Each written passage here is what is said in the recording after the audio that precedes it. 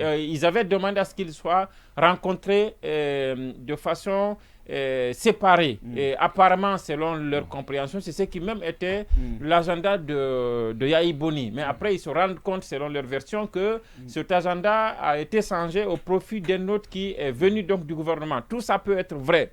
Mais je dis une fois encore, ce qui devait compter, c'est de faire en sorte de se faire entendre. Et ça, ils avaient l'opportunité. Mais qu'est-ce qui prouverait qu'on leur donnerait la parole quand ils vont y aller aussi? Non, c'est ça, puisque le fait attention, de changer attention, je ne crois pas. Comment je voudrais savoir quelle est la garantie?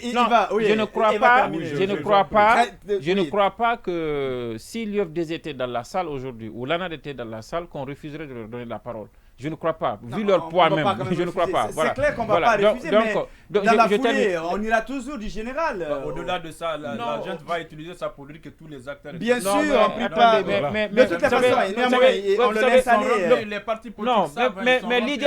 Attention, l'idée de cette rencontre, à mon avis, selon ma compréhension, ce n'est pas le dialogue qui est là, en fait. Le dialogue n'a pas encore commencé. Je pense que ce qui est en train de se faire, c'est que le médiateur est en train d'écouter les partis. Je pense qu'il n'y a même pas de discussion. Bon, j'ai vu quelque part où le médiateur dit, par exemple, aux guides religieux qu'ils ne sont pas des politiques, qu'ils sont des chefs religieux et tout ça. Mais je pense que tout ça, ce sont des échanges entre eux et tout ça. Mais ce n'est pas un dialogue qui s'est ouvert mais là. Attention, attendez, on va se comprendre sur un fait. Il y a une crise, il y a des protagonistes, et vous venez pour intervenir ou pour rapprocher les positions. Vous rencontrez un camp et l'autre groupe que vous rencontrez sont des gens, par exemple, qui n'ont pas de revendications, qui, en tout cas, jusque-là, estiment que tout se passe comme prévu. Alors, si vous rencontrez ces personnes, en retour, c'est pour obtenir quoi? Je pense qu'il y a deux protagonistes. Vous n'avez pas compris ce que je suis en train de vous dire. Non, ta démarche, je ne suis pas contre, mais ce que j'essaie de dire, quand il y a crise, il faut rencontrer quand même surtout ceux qui ont des exigences. Mais on ne peut pas obliger les gens à venir quand même. Voilà, et on ne peut pas aussi venir sans être invité. Alors, peut-être que... Voilà, il faut me laisser finir là-dessus. Parce que Baïla et, je veux dire, Kalo et Diallo ne sont pas quand même des journalistes. Pour savoir que tu ne réagis pas parce que tu veux préciser, mais tu réagis parce que tu conduis une interview et dans la technique de conduire l'interview, il te faut faire des relances, même si parfois ces relances ne valent pas la peine. Bien. Je voulais le dire. Maintenant, je termine. Merci pour ce cours de journaliste. Je termine. Merci pour ce cours. Voilà, c'est que je dis. Mais finalement, je dis une fois encore. Non, pour moi, c'est toi. Pour moi, ce n'est pas un dialogue qui est là. Vous dites il veut faire la dictature de non, vous dites que ça peut pas marcher. Excusez s'il vous plaît. Excusez s'il vous plaît. Je dis une fois encore, pour moi, et je reviens à ce niveau. Je suis d'accord que Fayamili Mono, le PDN, le Bloc libéral, le PADES, ce sont des partis qui sont proches de CNRD. Ça, on le sait. Pour une raison ou pour une autre, on sait que c'est des gens qui cherchent à être proches ou alors qui sont proches du CNRD. Maintenant, ils ont une position qui est déjà connue. Ils se s'alignent toujours derrière ce que le CNRD veut faire ou dit qu'il est en train de faire. On est parfaitement d'accord. Mais est-ce que cela fait que le médiateur ne doit pas les écouter en tant qu'acteur politique? Non.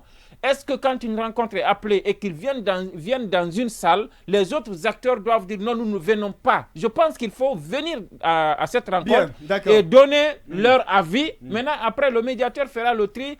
Ça, c'était que la deuxième partie par rapport aux journalistes, par rapport aux médias. Oui, d'accord. Mais sincèrement, en 30 secondes cette fois-ci. Par rapport aux médias, et c'est pourquoi je dis à mon ami Balater, je pense que Moussa Moïse, qui est directeur, parce qu'on va appeler le chat, qui est directeur de la DCI, qui n'est pas le petit roi, c'est quelqu'un qui est venu de nous, de notre corporation, je vais dire. Il y a juste un an, même pas un an, je pense, lors de l'investiture, de la proclamation des résultats de l'élection présidentielle à la Cour constitutionnelle, qu'est-ce qui se disait? Qu'est-ce qui avait été la première information qui a couru dans la presse? C'était que on a accepté que la RTZ et Dioma, parce que Dioma, on disait non, c'était RTZ bis, Dioma venait de naître, tout ça. C'était cette accusation qui avait été portée. On a dit non, ces médias de trucs-là, espace n'a pas été... Mais après, on s'est rendu compte que non, c'est parce que Dioma est venu le premier, il a donc pu accéder à la salle, les autres sont venus. Donc, c'était des explications comme ça. Ça, c'est la pratique. Maintenant, je suis d'accord que,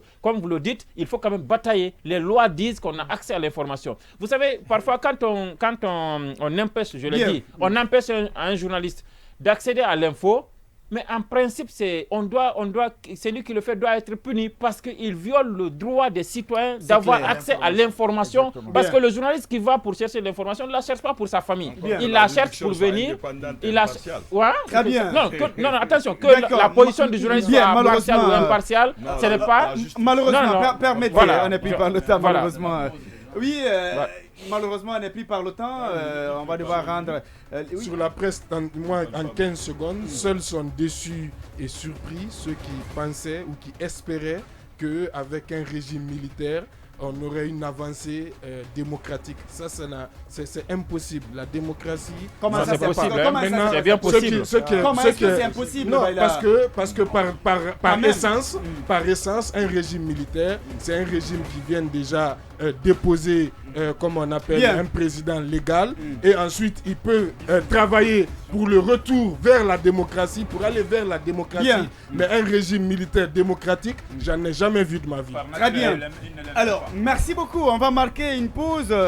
Derrière, on reviendra pour parler bien évidemment des assises nationales, mais également de l'hommage rendu à M. Feu Luceni Camara. Et de l'autre côté, le responsable de la communication de l'IFR sera avec nous dans cette émission pour parler de l'actualité. À tout à l'heure.